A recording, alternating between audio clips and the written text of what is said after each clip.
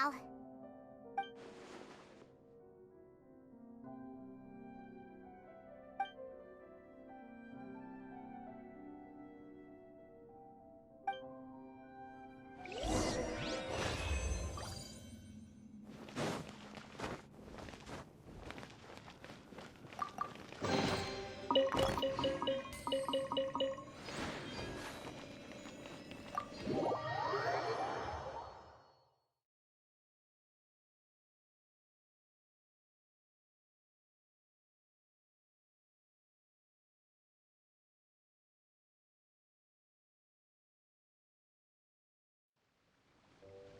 Let's split up here.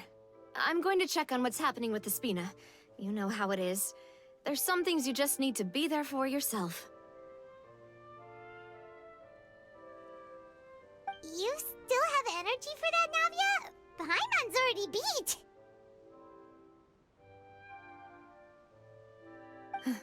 Just head back to the Fleuve Cendre and have a rest then. Thanks for keeping me company all this time. I'll depart as well. Thanks for your hard work today. Rest well, everyone. Traveler, I will go talk to Farina tomorrow morning to ask about the stone slates. I'm sure that you're concerned about this matter as well. If you have time, drop by my office. I will share the results of our discussion with you.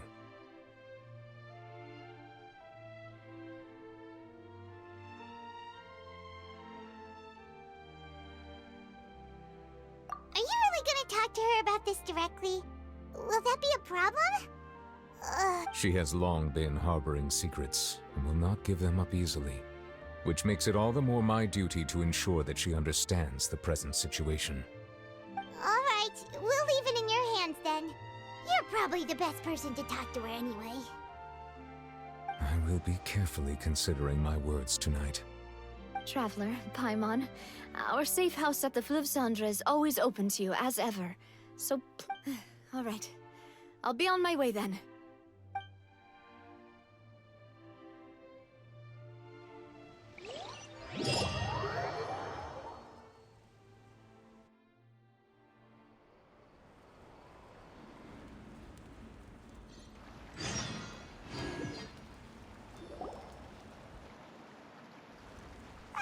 We're finally back! Welcome back. We've got a special menu. Yay! And there's good food too! Ooh, desserts! Nice! These are all Paimon's! Paimon's already starting to forget what happened today. Oh, that voice. Is that who I think it is?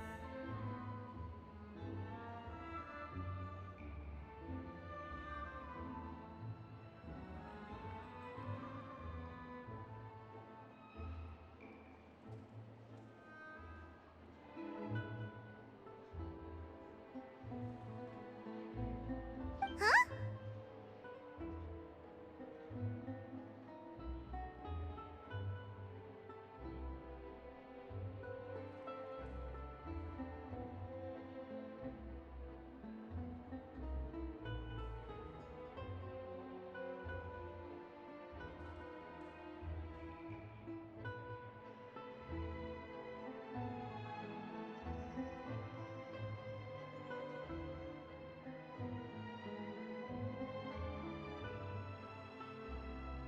It's you two.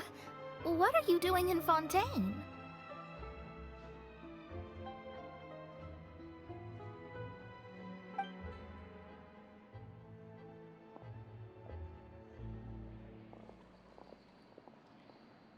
Mona?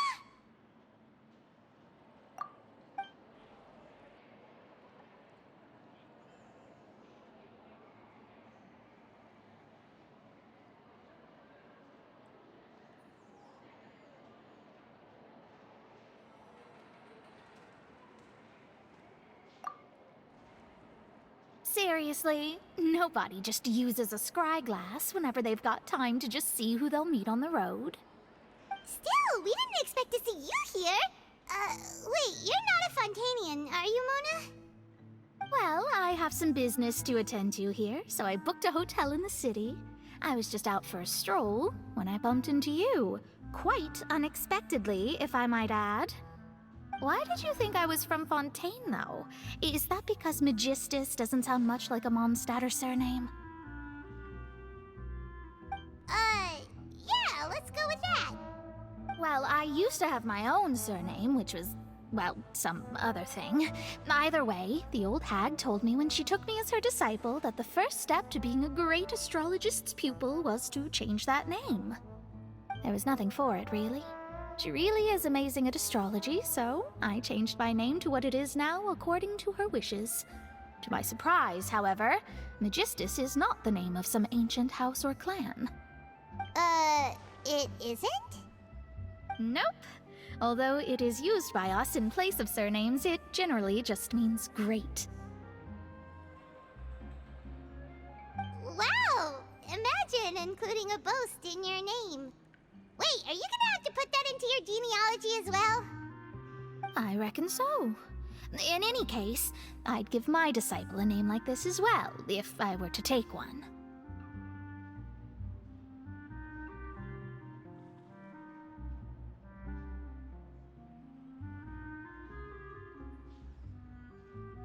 Astromancer Barbeloth Trismegistus. Whoa, that's a long one. Does it also mean great or something? My name means Mona the Great Astrologist. As for the old hag, hers is, in plain speech, the thrice as great Scholar of the Stars. Just take it as a title specific to astrologists. Thrice as great? That's so petty. I know, right? That's just how she is. She used to call herself Magistus, actually, but when she took me in, she changed her name to Trismegistus.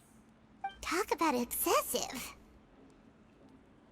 Magistus is thus the calling card of our school, so to speak, which makes it about the same as a surname. It's all right if you don't get it. You can look into it further should you need to study astrology more deeply.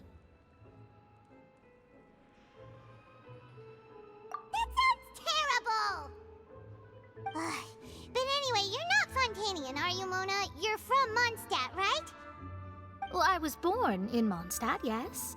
My parents migrated to Dorman Port, and I traveled with the old hag for a while, after which I settled down in Mondstadt City.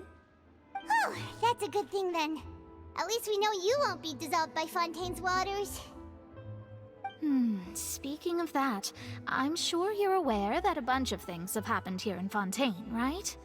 I know you're not a local, but I'd avoid getting too close to any water that looks strange all the same. There's something ominous about it. Well, the water, I mean. That was the main reason, yes. Just a while back, the Steambird invited me to take part in a panel and speak about the circulation of the prophecy as an astrologist. The invitation was sent quite early on. I don't think anyone expected Fontaine to be in this much trouble. What do you make of that prophecy, Mona? Just tell us what you think as an astrologist. Your word would go a long way to make things more certain and less scary. What I can tell you is that I'm an astrologist, and that this prophecy concerns the fate of Fontaine, even that of all Tevat. Ascertaining this is akin to reading the fortune of the whole world. I'm afraid that this is not something that just anyone can do. If I could do it, you would no longer call me an astrologist, but a visionary. But on the flip side, the prophecy is so huge and powerful that it must surely come from a powerful visionary. Its contents involve the fate of the world. Disregarding it would be a mistake. A visionary?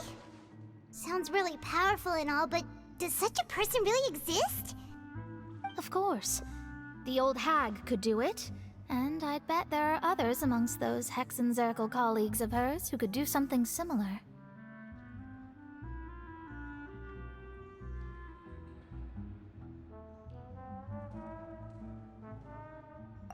Huh? Are you sure? All right, I'll help you. It isn't often that I see you with such a serious look on your face. I'll tell you once I hear back from her. Thanks, Mona! You're amazing as always! Oh, well, this is something only I can do after all. So yes, your praises are quite welcome. That's the greatest of astrologists for you! Of all the people we know, you know the star's the best! Indeed, indeed. That's the spirit. Oh, sorry. I came to see what all the commotion was about. If there's anything you need, do not hesitate to inform the Spina di Rosula. Oh, whoops. Guess we were getting a little too carried away there. Well, I'll go tend to my own business now. If I receive any news, I'll be sure to come find you two again. And there she goes, quick as rushing water. And here we are with the Spina guy giving us suspicious looks.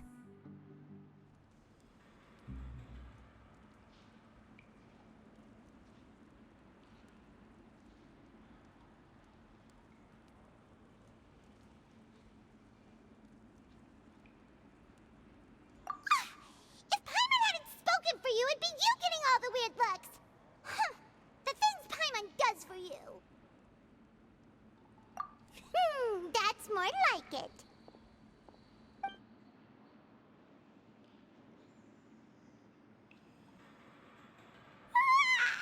Good morning. To be honest, Paimon's still feeling kind of sleepy. But it's time to get up, Traveler. We agreed to go see Neuvillette, so let's pack it up and get going.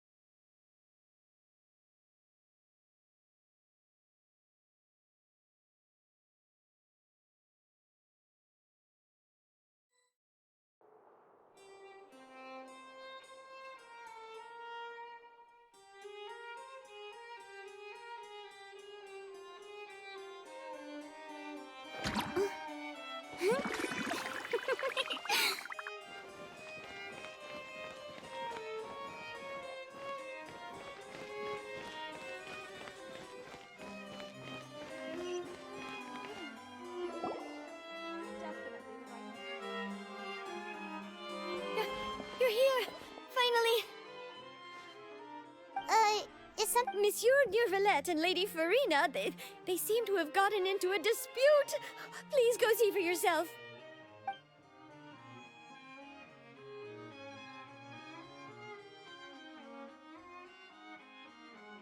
Like I said, I've already explained everything. And yet the problem has not been properly solved. There is little space for excuses between us. It is not my intention to offend you, but please, tell me where you stand. You are the Hydro Archon Focalor, are you not? Look at this. This is a list of the victims from the recent Poisson incident.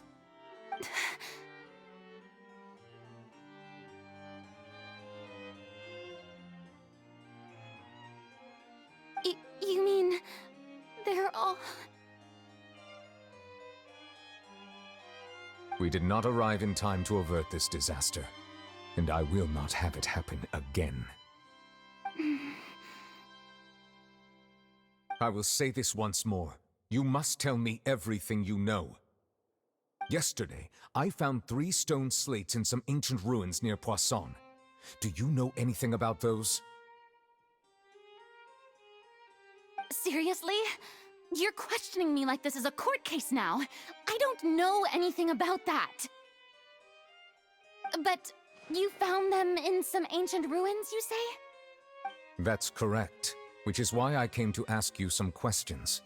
There should have been 4 slates, but one of them was missing. The other 3 feature different images that seem to correlate to the prophecy.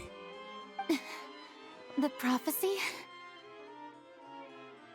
The second of these slates depicts the previous Hydro Archon Egeria kneeling before a floating island in the sky, as if confessing something. Do you know nothing of this either? I don't. I've never seen such slates. I'll ask you again. Do you really have no information regarding the previous Archon? My deciphering of the slates indicates that the Hydro Archon Egeria once had to confess to, or apologize for, a certain sin. If anyone would know about it, it should be you. All gods don't have the same secrets, you know. She was herself and I'm me. Is it really so strange that I know nothing? I understand your concerns, but I'm sorry. I just don't have anything to tell you. Forgive me for saying this now, Lady Farina, but I have long known of your various secret investigations into certain matters. There are several indications that you have been investigating the prophecy on the sly. This is not strange in itself, considering that you are the Hydro Archon. But it is strange that you should also claim to not know any of Egeria's secrets, as well as do nothing following your inquiries. You have never been as superficial as you have presented yourself to be, nor are you a fool. And yet, your behavior is very inconsistent.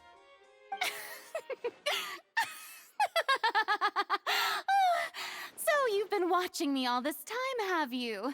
I didn't think you were that type. You...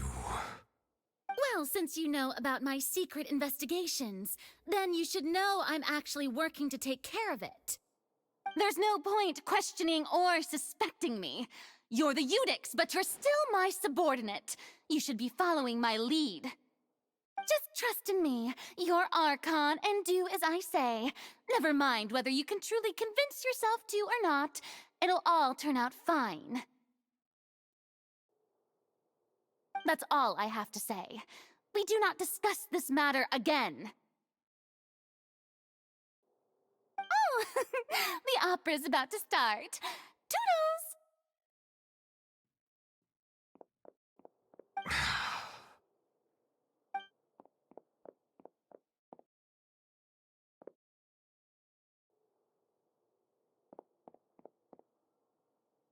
Did Farina not notice us standing by the door?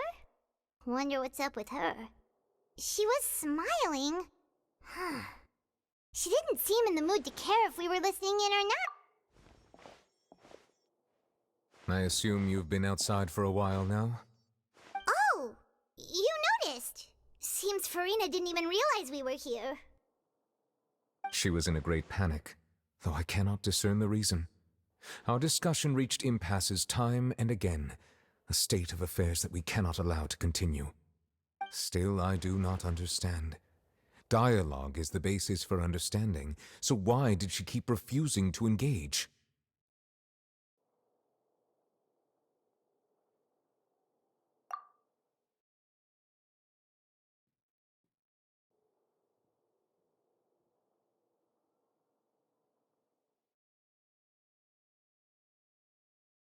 Everyone in her inner circle has noticed that she is hiding some secret. The issue is her attitude. I fear that she will not reveal anything unless absolutely forced to. We may have to create a situation in which she will have no choice but to speak. Oh? Like what? Normally, people will only reveal the truth when standing trial. Perhaps we must have the Hydro Archon experience just such a scenario. But Farina's seen so many trials, and she's really good at dodging questions. How do we make sure that she won't just slip away at the first chance she gets? We will need to consider this thoroughly, join forces with various parties, and then do what we can. If at all possible, I would prefer to recuse myself from this affair, but we must prevent the prophecy from coming to pass. This may be cruel to her, but all Fontaine is in crisis. But who will lend us their aid to...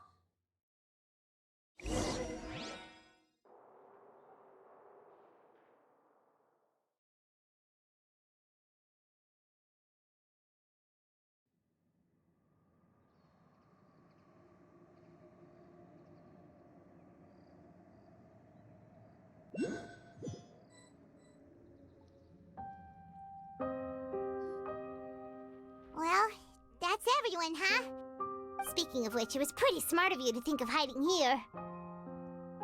Poisson was just involved in a disaster, so it's presently devoid of people.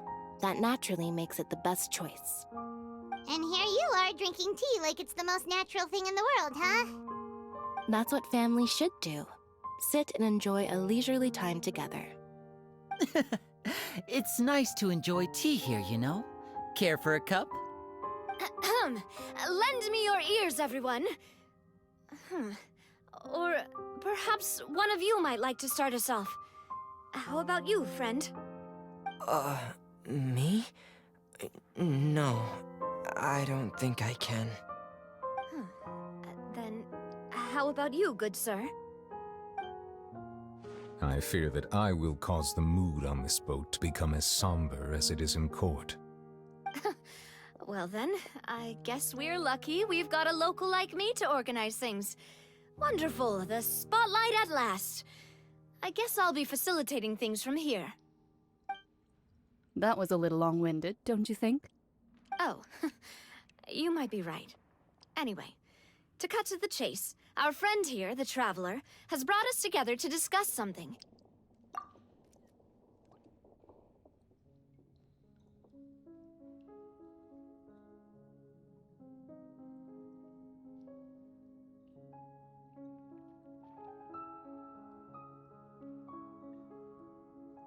As for what that is, well, let's start by saying that we'll be pooling our efforts together to create a series of traps. Oh, how intriguing. Well, it's just an expression, really. One that I just learned from Chlorand, and used on the spot. So, let's invite her to explain in detail. A round of applause, please.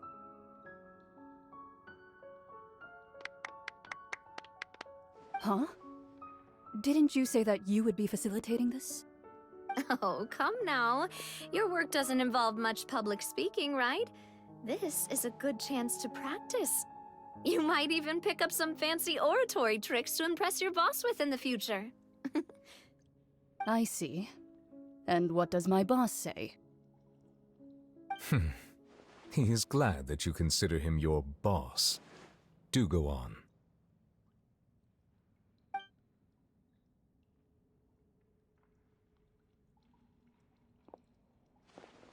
In that case, do any of you have experience hunting? Not that I recall. Fremine and I once used a wooden stick in a basket to catch wild rabbits when we were younger. As for Lynette, oh, right. You were sick that day, weren't you? I've also gone diving to catch some fish before. Does that count? I'm afraid not. You may or may not have heard, but Fontaine once played host to a group known as the Marechaussee Hunters. Though that was their name, they did not hunt animals, but rather various monsters left behind by the ancient dynasty of King Remus. Today, Fontaine's monster population has already thinned greatly, so the hunters have blended back into society, taking up arms in other lines of work. They even left a unique methodology of hunting in their wake. A trap comprises of the following components: bait, a trigger, and a containment device. Sometimes a lethal implement will also be necessary to deal with the prey. So, if we were to build a trap together, right now, what would you choose to build it with? For me, I would prefer something basket-shaped. Pigeons and rabbits will see the bait and naturally enter the snare. Our line of work requires a deft hand, and we're some of the best in the industry, so you can count on our techniques. You used some of those techniques while moving the people of Poisson, didn't you? My subordinates mentioned that you even performed some magic for the bawling children. Yes, and I even managed to gather some intelligence in the meantime. I'm quite the multitasker if I do say so myself. I'm afraid I can't claim that as my strong suit. I prefer more stable methods, like placing bait in the water and waiting for the fish to come within reach. That's the kind of method I would count on. Calm and steady. Exactly the kind of person who would catch loads of fish. And I can be their assistant. With discretion, I'm sure. I'd probably use some sort of mechanical animal. Papa once bought me some small clockwork squirrels, mice, and such. When placed in the forest, they can attract others of their kind. I remember that you liked those too, didn't you? I did. And that would be a good way to go about it. If they're realistic enough, animals of the same kind will follow them all the way to the trap. What about you, Monsieur Neuvillette? I fear I do not have any related experience. That makes sense. You usually solve problems directly, without the use of any such tricks. But I do have one more question for you, monsieur. If we were to create a trap now, how would you design it? I would like for it to be effective, but bring no harm to the prey. A more gentle trap would be ideal. Kind, as always. However, our intention doesn't necessarily change the containment device and the type of implement we need. If we wanted to kill the prey in one strike, we would need a powerful implement. However, that also goes for prey that must be captured and safely contained. Wait, why is that? Only a hunter who's a true expert at subduing their prey can snare it without harming it. The line that divides life and death is often exceedingly thin. So are we going hunting together? Huh. We hadn't thought of seeing ourselves as hunters. It kinda works, but maybe it's still not the best metaphor. If our means of capturing and dealing with our prey is to put them on trial, then the hunting metaphor is actually quite accurate. But we shall require much more courage than any hunter to judge a god, a being whose seat is an exalted throne.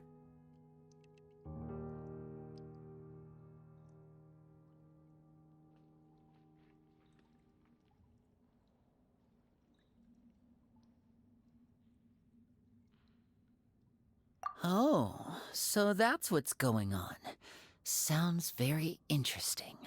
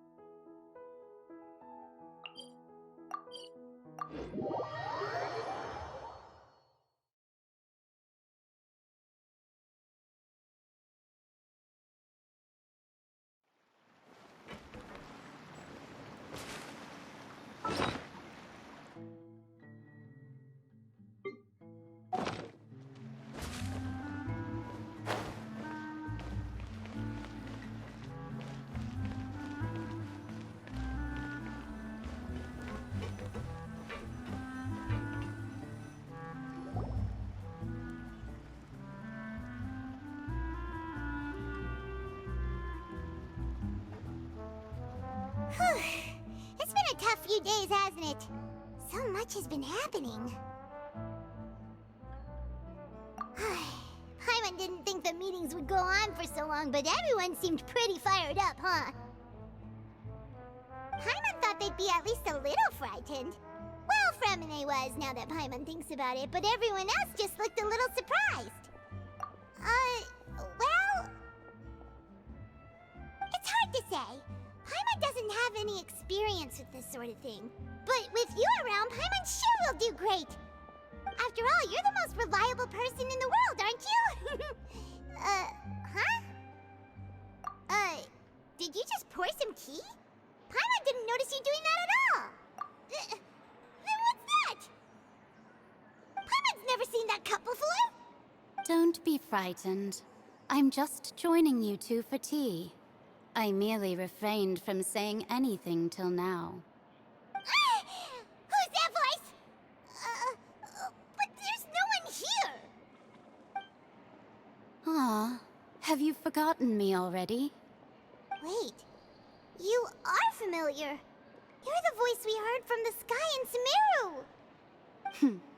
The voice from the sky, I fear that description is wrong.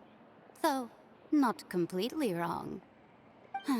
You're feeling lost now, just as you were feeling previously. I sensed that confusion and thus came to you. Guiding people is an irresistible hobby of mine, after all. Consider me a passerby, just accepting a commission from my friend's disciple on a whim. The prophecy. Yes, what has been prophesied will be fulfilled. You may view such things as the history of the future. What? Then is there any way we can stop it? I believe you have witnessed a failed attempt with your own eyes. Can everything in Teyvat... so you've caught on. Just as prophecies are usually only the future as seen from the perspectives of the gods, could things be happening in hidden corners where the gods' gaze does not fall? Are the things that you shall see different from the fate that the gods perceive?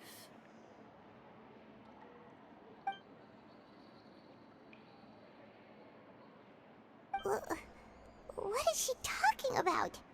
It all sounds really impressive and important and stuff, but it also sounds kind of scary.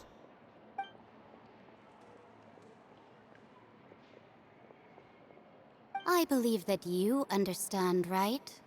Some things are insignificant, but others you must reach out to change. Ultimately, fate shall serve as your only guide, no matter what will happen in Teyvat's future. All you need to do is to play your part. This was good tea, by the way. Thank you for your hospitality. Well, that'll be all for today. The voice. It's gone.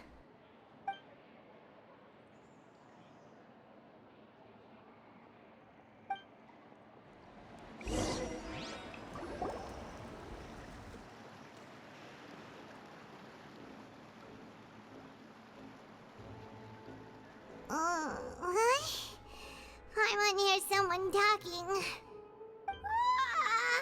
right, coming.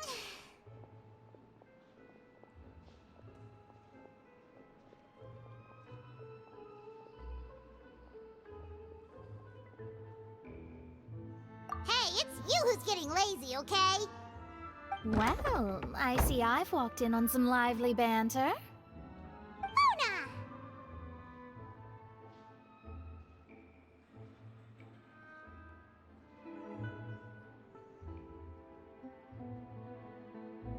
Fine, just fine.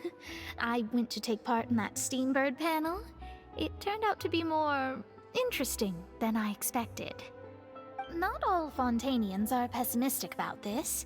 One journalist mentioned that sitting around and waiting for the end to come would be wrong, and that they should make their own rescue preparations. I agreed, so we had a brief chat with her. Did she have pink hair by any chance? Why, yes! It was Charlotte. You remember her, right? That daredevil journalist? I'm in full support of her view. Prophecies are very important, but how can people allow their lives to be commandeered by just a few words? That's right! Paimon's glad to hear something sensible for once. Ah, yes. About what we had discussed before. I did try, but I'm afraid I couldn't reach the old hag. I'll try again tonight, but I wouldn't get your hopes up. Huh?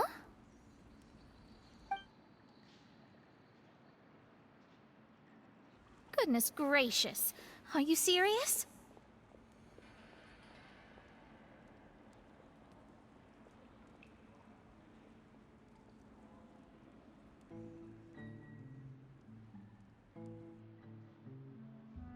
She said that even the god's gaze has blind spots. Pretty bold if you ask Paimon. Most people would believe the gods to be all-knowing, right? The Hexen Circle members are certainly anything but ordinary. As for the mage named N, the old hag has mentioned her a few times. She said that N's sense of direction is incredible, and that she loves guiding those who are lost. But I've never met her, and if she were still alive, she'd be... well, suffice it to say that the hag's at least a few hundred now, and N's been around for longer than that. Whoa. The Hexen Circle sounds like a scary group. But they must really stay in shape to live so long. Their abilities alone are pretty terrifying. If she came to see you personally, then the problem you're facing must truly be of great importance. Well, it's not like Paimon could understand anything she said. Yes, she was quite cryptic, but I suspect she means that there is still a way to turn things around. She didn't say when or what that would be, though, so... perhaps it is something that you cannot know right now.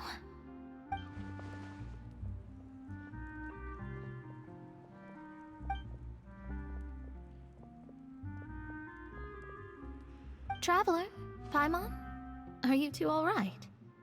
Oh, we're fine. We're just a little down right now. It kind of feels like the end is coming, you know? I see. I feel that same sense of desperation, too. I guess you could consider me someone who has often witnessed fate. So far as I have seen, it cannot be swayed. But even so, I still hope for, and believe in, miracles. Astrology is eternal and rational, but fate may not be. It is cruel, but it can also be beautiful. Perhaps that's what En was trying to tell you. Not to lose heart, and to believe that what you are seeing playing out before you is not yet set in stone. I did originally think of steering clear of all this, but I couldn't. Even if this is all futile, I still wish to help everyone. If we don't struggle to the last, then how can we face the end when it comes? Huh. You do have a point. There I go, talking about astrological... It was worth trying to comfort you, even if only a little. I believe that you'll help those who are struggling in the same way I did. I suppose that might be why we always seem to meet by coincidence.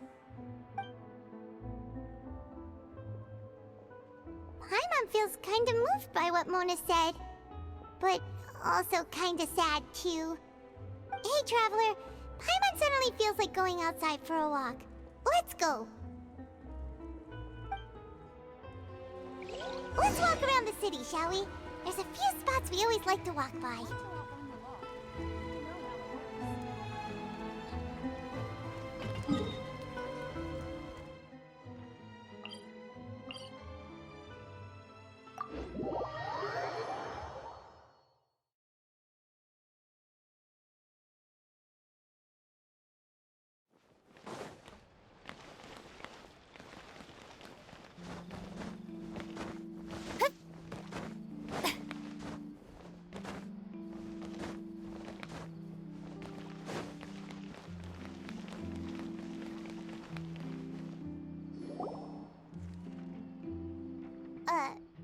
Huh? Our names are written in this newspaper. What's going on? Let Paimon see! The underwater stronghold, the Fortress of Meripede, has continued in its noble autonomy, but that does not mean that others cannot interact with it. My recent attempts to enter the fortress bore little fruit. Huh. Guess Charlotte still hasn't given up on that. Thus, did an Outlander friend become the focus of this report, a blonde adventurer with their white fairy legends trailing in their wake. It is said that this mysterious traveler once visited the underwater fortress. So while the fortress's interior remains a mystery behind closed doors, do not fear, for the tales of the traveler contain surprises in spades. Journalist Charlotte's biggest scoop yet, the Traveler's Trail, World Walker. Huh. Charlotte took so many awesome photos of us and we never even noticed her. She hasn't been able to get a hold of anything at the fortress, so since we're easier to find, she's using us as the subject matter instead?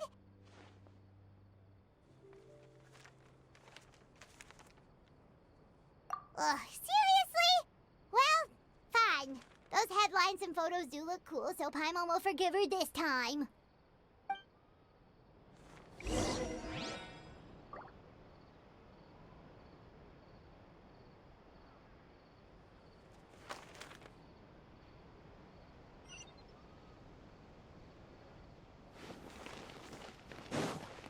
I could make a fortune from this.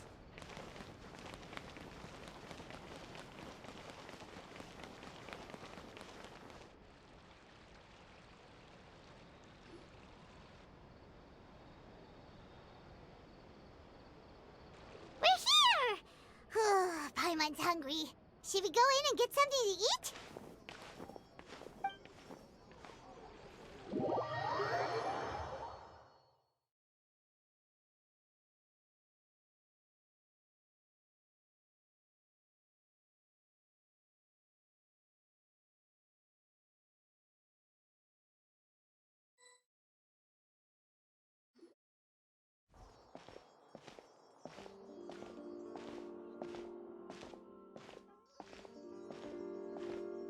Hey, quick!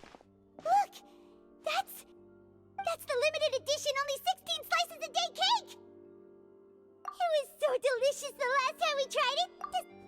One slice of cake, please. Someone showed up after all. Oh, wait, you're the one from the Palais Mermonia. Oh, are you here to buy cake too? It seems Monsieur Nervalette was right. You really can eat. Wait, did he really say something like that?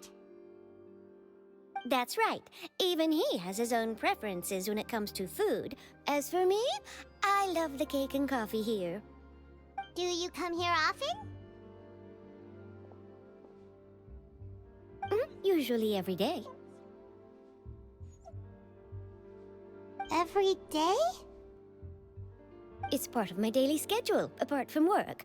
I shall have my cake and coffee. Then what if someone told you one day that this place would be closing soon, and you wouldn't get to eat cake here anymore? What would you think? But why would it close? Well, Paimon doesn't know either, but maybe the waters will rise tomorrow. You know, like in the prophecy. Oh, the prophecy. To be honest, I haven't paid much attention to that. No, still, even if there'd be no more cake tomorrow, that wouldn't keep me from having some today. No, it's the same for eating in general. You might not be able to eat tomorrow, but if you can do so today, then you should carry on. That's what people call living, you know. Huh. Don't be sad. Excuse me, could I have 2 more slices of cake to go? These 2 slices are for you. Sijuin said that this kind of expression you're making is what humans call being sad. Oh, you know Sijuin? I sure do. She was born before me, and she sometimes comes to the surface to teach us things about humans. She said that humans are creatures that are saddened easily, yes, and you can only lift their spirits by feeding them delicious food. So please try the cakes here. I've got something else to do, so I'll be going now. You two try to stay in a good mood after eating, all right? Bye.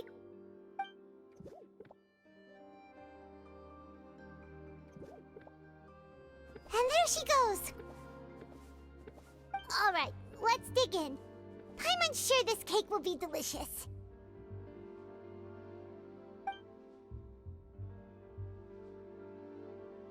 It's more delicious than last time, and the flavor gets even better with a sip of tea.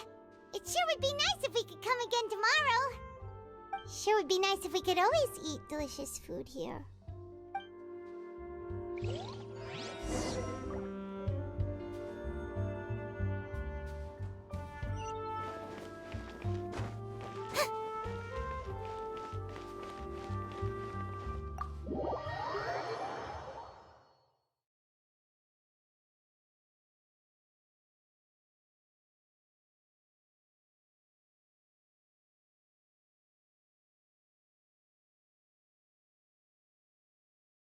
Oh, we're near the Steambird office. Let's go look for Charlotte and have a chat.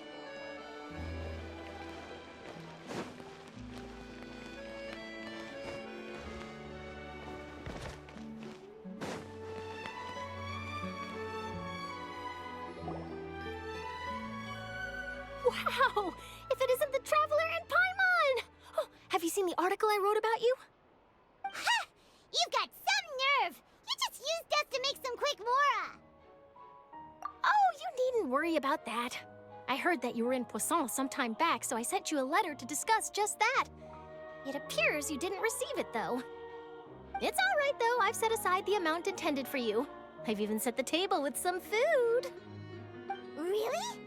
Well, you're almost a little too easy to win over, Paimon. If I were a journalist with ulterior motives, you'd be in trouble now, you know. Oh, Paimon knows you're not like that. Still, what brings you here all of a sudden? Were you looking for me? When Mona mentioned you, we thought of coming to see you at work. I see. It seems you've already bumped into Mona here in Fontaine. So she mentioned me? What did she say? She said that you're a real daredevil of a journalist. Nice. In which case, can this daredevil journalist dare to request an exclusive interview with the legendary Traveler and Paimon? Huh? So your article in the paper today doesn't count? Oh, of course it doesn't. That was more like live photography. What I'd like to do is dive deeper and ask you to talk about the things you've seen and experienced.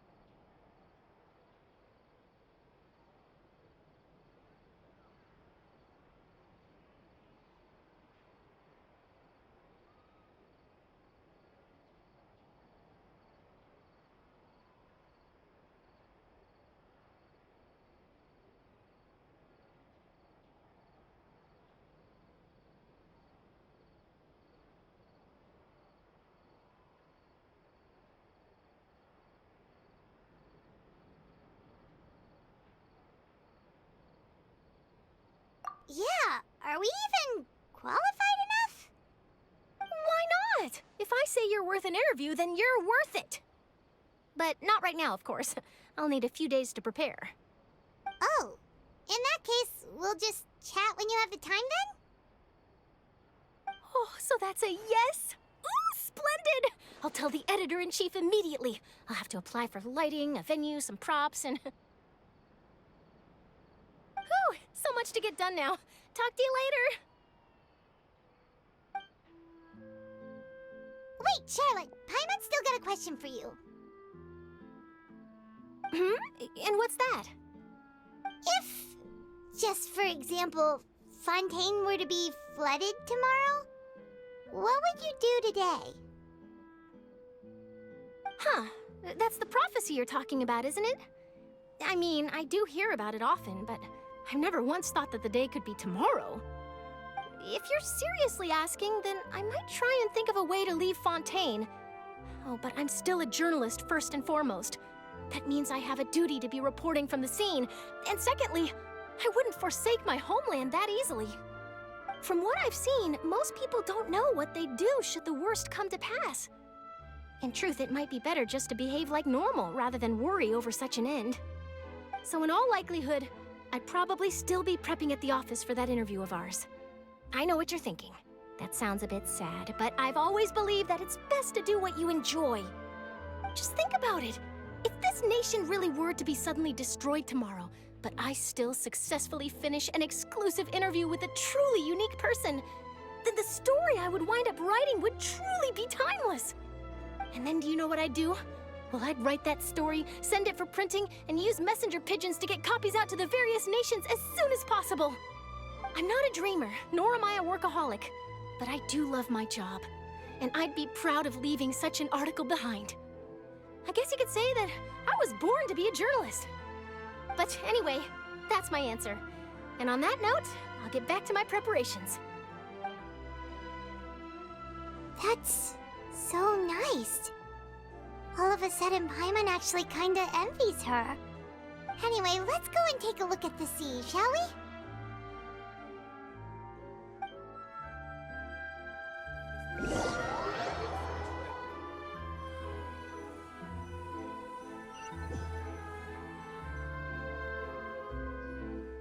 The sea breeze and scenery can be a pretty soothing combo, huh? Paimon's been thinking.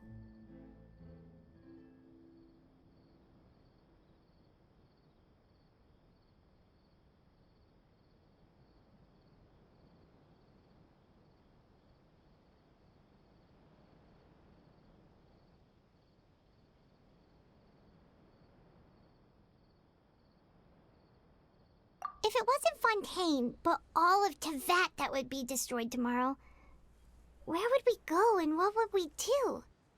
No, Paimon should ask, if you could choose, what would you like to do?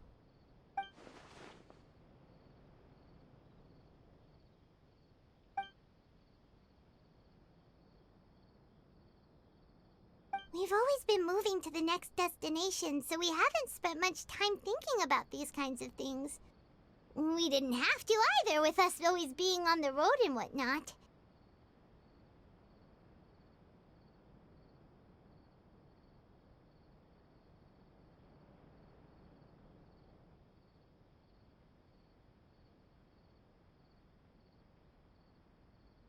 You mean, still traveling? Huh. Wait, isn't that what we've always been doing?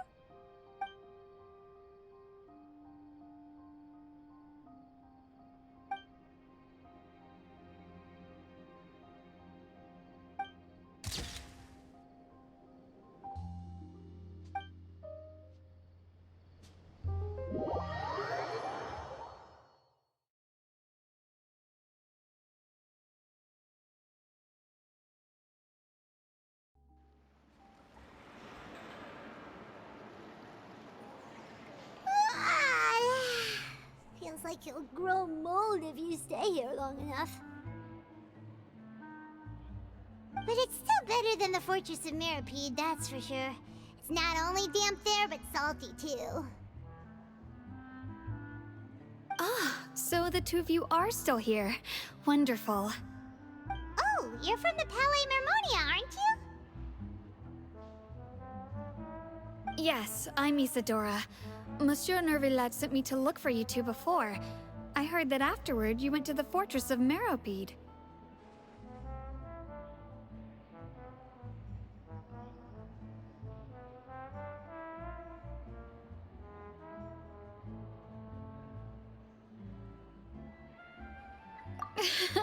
Not at all. I'm well aware that you're friends of his. Actually, I'm here to pass along a message from him.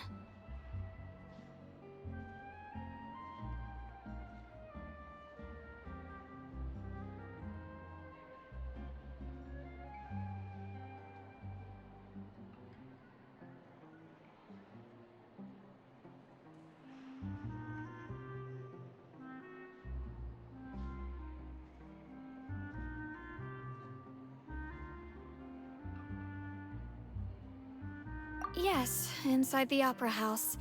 The Marechaussee Phantom has declared the incident a small-scale riot. A riot? Well, that said, I don't personally think it was that serious. Lady Farina was watching a performance at the Opera House, and while she was resting during an intermission, some other audience members suddenly started harassing her, loudly accusing her of doing nothing about the prophecy crisis. And before she could respond, others started to join in. The crowd continued to grow, and protests against the Hydro Archon started to break out. So people have started to put the blame on Farina.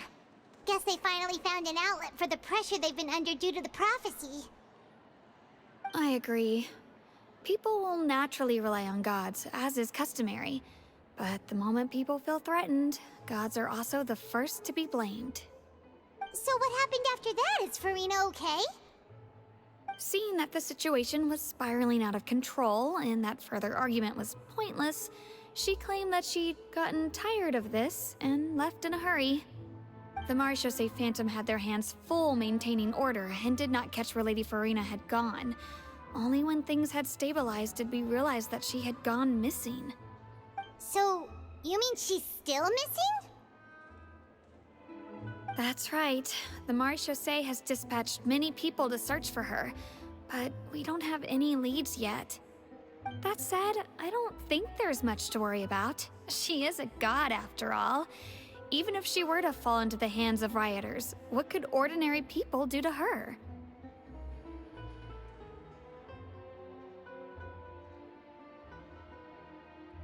Good. Monsieur Nervillet sent me to tell you about the situation, but he didn't say anything else. Don't worry, this is more than enough to go on. Thanks for keeping us informed. Ah, is that so? Well, all right then. In that case, you two take care. I'll be heading back to the Palais now.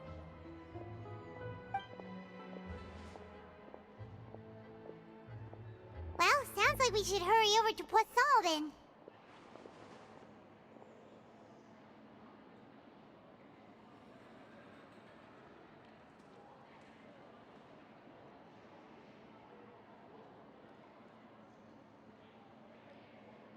If we know Farina, she won't try to fix things in this situation. Instead, she'll look for a place to wait out the heat. And, as we also know, she may be loud and dramatic, but she doesn't have a heart of stone. When Nervalet was talking to her in the Palais Mermonia, and she heard about Poisson, she couldn't hide her sadness and remorse. It would be hard for her to ignore being accused by the public today. Paimon thinks Farina's probably taken the opportunity to slip away to Poisson and try to relieve the sense of guilt that she's feeling. Huh. Well, what do you think? Paimon knows the answer, of course, but Paimon can do the analysis to back it up, too. Cool, huh?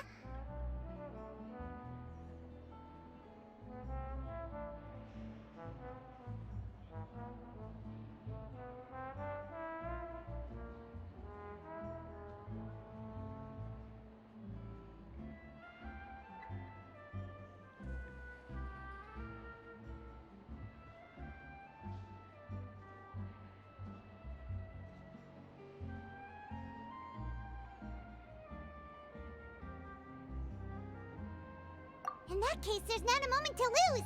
Poisson, here we come!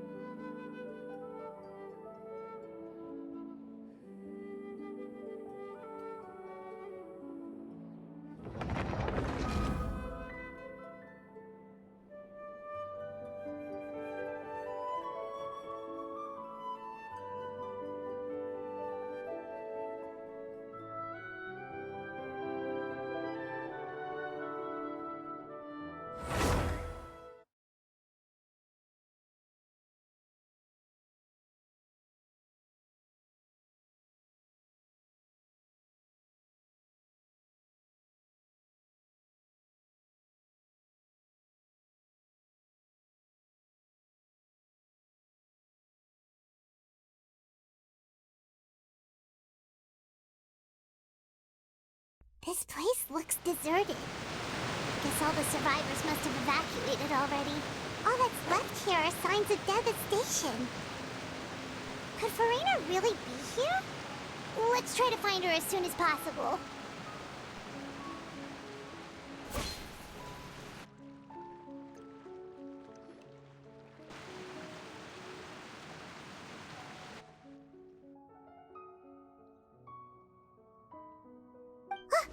That's Farina, right over there. She really is here all on her own.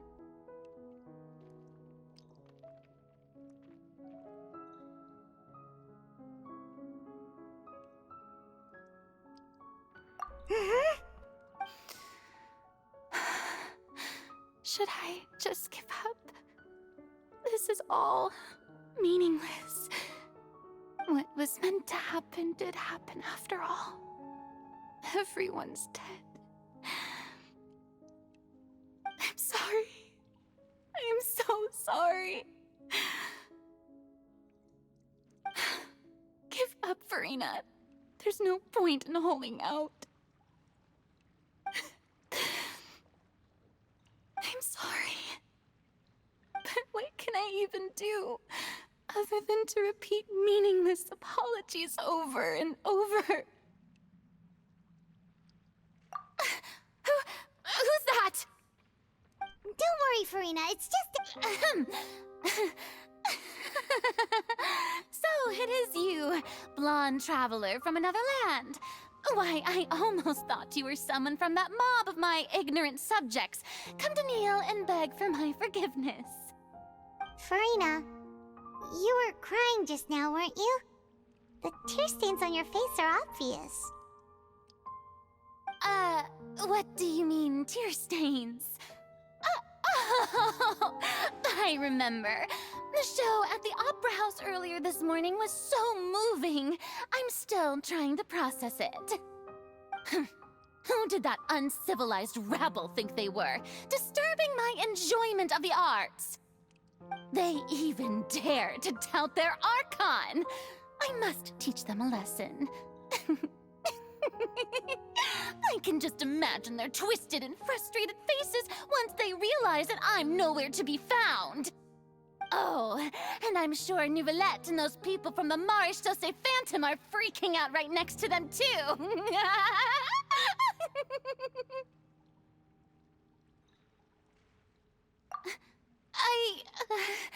Of course not. Hey, there she is! The Hydro Archon's over there! Quick, after her!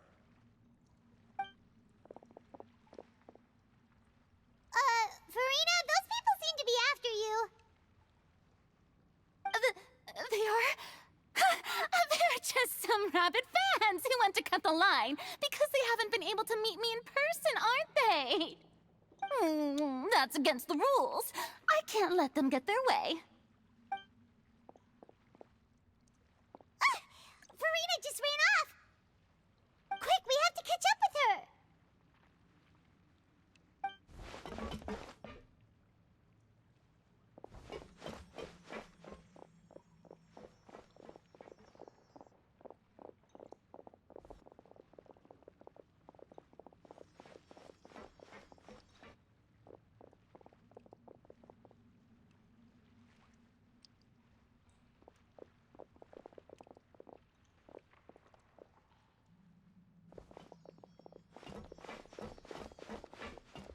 This should be the place, right? Hey, Farina! There's a good hiding spot over here. Quick, come to Paimon before the rest of them catch up to you. What is this place? Hurry, they're almost here! Fine. I suppose haste is warranted. Lead the way.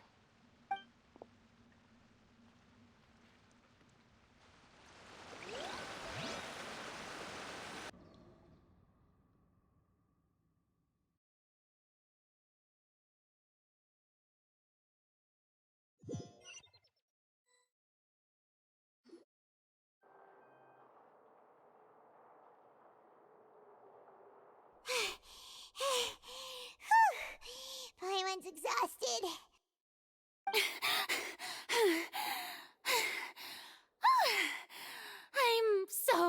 tired. I totally...